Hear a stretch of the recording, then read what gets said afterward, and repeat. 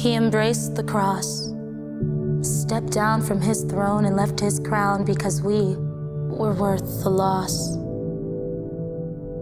He embraced the pain, the thorns in his head, the nails in his hands, the spear in his side. He embraced the shame.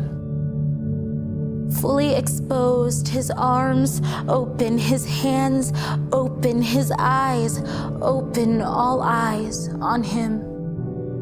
His voice fading, his heart breaking, his skin broken, his eyes still open, staring, piercing, looking at you, at your past, your present, your future too, and thinking, you're so worth it.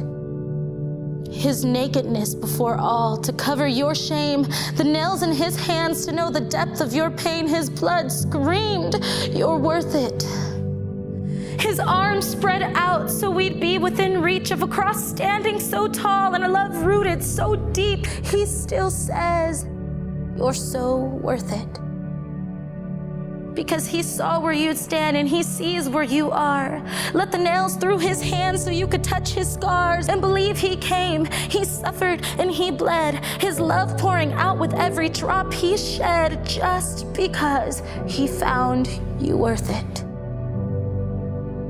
So there came that sacred moment where purity and sin did collide, carrying every addiction, sickness, and scar we try to hide, all on his back, all in an effort to take us back, for we had turned our backs on him. And as we turned away, he turned to face our sin, took our place and paid our debt, and went as far as to pay a wage as high as death. Do you get it? Can you grasp the depth of such love?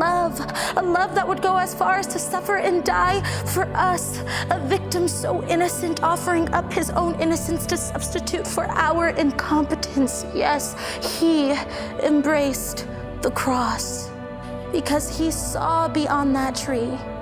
Looking through the crowd, he saw who you've been, who you are, and who you'd be, and he said, you are worth it.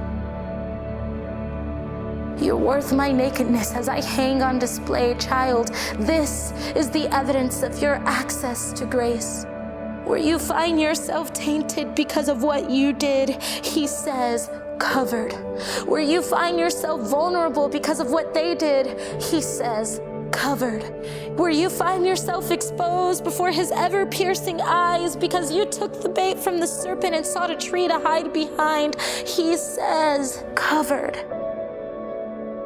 Because he carried the cross and became the tree of life, made himself the vine so we could be the branches. Instead of wasting time sowing on leaves, we could bear good fruit and lead others to believe that the story didn't end when he bowed his head and said, it's done. For he rose again with a power that not even death could overcome. There's no need to despair in a war that's already been won. So when we're caught in his grace, we come undone. For as he embraced the cross, he was embracing us. Jesus Christ, our Savior, the epitome of true love. As he embraced the cross,